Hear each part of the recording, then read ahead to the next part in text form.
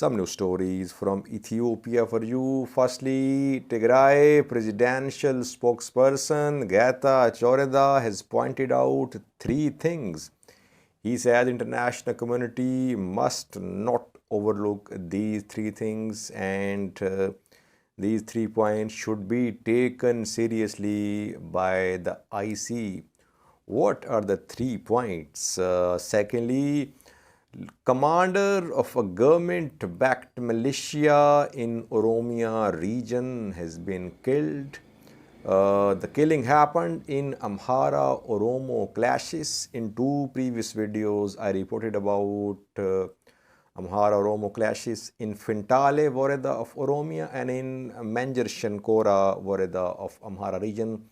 Now, a top commander of Oromia government-backed militia has been killed. Oromia regional government, Oromia Prosperity Party has released statements about the killing of the top militia commander. Was there OLA involved in Amhara-Oromo fighting? Thirdly, viewers, we have a new story from Tigrayan diaspora activities. At the end of this week, global protests are being organized by Tigrayan diaspora members across the world. They're planning to protest. And lastly, two news stories. First news story is about oil crisis. Reportedly, airlines have been directed to refuel at some other airport, not Bole airport, where there could be oil crisis in coming days.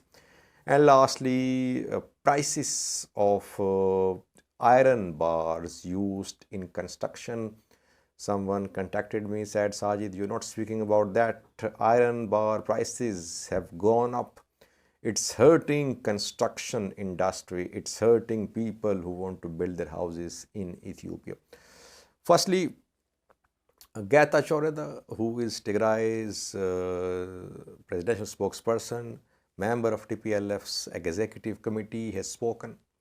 He says that 3 points must not be overlooked by international community. International community must understand these 3 points about aid delivery to Tigray. Firstly, he says that Addis Ababa government claims that it has no control over Afar. It's incorrect. He seems to be saying that Addis Ababa government has full control over Afar. When Addis Ababa government says that Afar regional government is not ready to let the aid pass towards Tigray, the Addis Ababa government is not speaking the truth. It has control over Afar government, Afar region. It can easily convince Afar regional government to ensure safe passage of aid to Tigray. Secondly, he says that government says that since there is presence of Tigray Defense Force in Arabati, so how will aid trucks pass through Arabati? Arabati is a Varda in Afar. He says that trucks have not been given clearance from Samra. The trucks are still in Samra. They have not reached Arabati. The question of Arabati will come once trucks reach Arabati. But they are hundreds of kilometers away, still in Samra. So they are not being security cleared there. After they have been cleared and they have been allowed to proceed from Samra, it will take some time to reach Arabati. But even before their departure, it is being claimed that they'll be stopped at Arabati because there is TDF there. And lastly, he says that it's not a matter of a few trucks. There should be a system put in place to ensure supply of aid to Tigray. Has Ethiopian government put in place any system to ensure delivery of aid to Tigray? No, no such thing. So he said international community must focus on these 3 points. Ethiopian government has control over Afar. Ethiopian government has not allowed any trucks to depart Samra so far. Ethiopian government has not devised any mechanism, any plan to ensure continuous delivery of aid to Tigray by road. Secondly, viewers, I reported about Amhara-Oromo clashes in Fintale, Reda, where there is Metihara. Fintale is in East Shua zone of Oromia region, and in Menjershin Kora, which is in North Shore zone of Amhara region. Now, Oromia Prosperity Party has shared a statement. It has been confirmed that a top commander of Oromia militia, government-backed militia, has been killed in Fintale, Reda of the Oromia region. His name is Abdisa Ifa. Abdisa Ifa and 25 other officials have been killed. 23 are reportedly members of the militia and 3 were federal police officials. 26 security officials have been killed in Fintale, Reda, according to the statement of Oromia regional government. Who killed them? The government says that extremist forces killed them. The government is not naming anyone. Oromia government, it's not naming anyone, but it says that it is an attempt to harm Oromo Amhara unity. The forces which are behind this attack, they want to divide Oromos and Amharas. Unofficially, it is being said that Amhara Fano militia members and Amhara forces, their officials, they are behind this attack. And a convoy of Oromia militia, state-backed militia and federal police was ambushed by fighters from Amhara region, which entered from Amhara region into Fintale, Reda. There it happened, the attack happened, and 26 Oromia security officials have been killed. Amhara regional government says that fighters from Oromia region, they entered Menjershin Kora, Reda. They opened fire there on civilians. How many civilians was killed? How many civilians were killed? No word on that from Amhara region. So it's border dispute once again, viewers. What we have learned is that it's ongoing border dispute between Amhara and Oromia regions, East Shiva zone of Oromia and neighboring Amhara region areas. It seems to be a border dispute.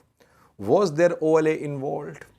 Oromia regional government denies it has not named OLA so far, but some pro-Amhara news sources, they are claiming that OLA is part of the government. OLA is backed by Oromia regional government. OLA was part of the attack. OLA entered Menjershin Kora, but we have no confirmation. Only confirmation is that some top security officials of Oromia private militia have been killed in the attack. And in the attack, obviously, Amhara forces were involved. Lastly, viewers, on Saturday, global protest is being planned by Tigrayan diaspora members in the US, in Europe, other parts of the world. Protests will be held.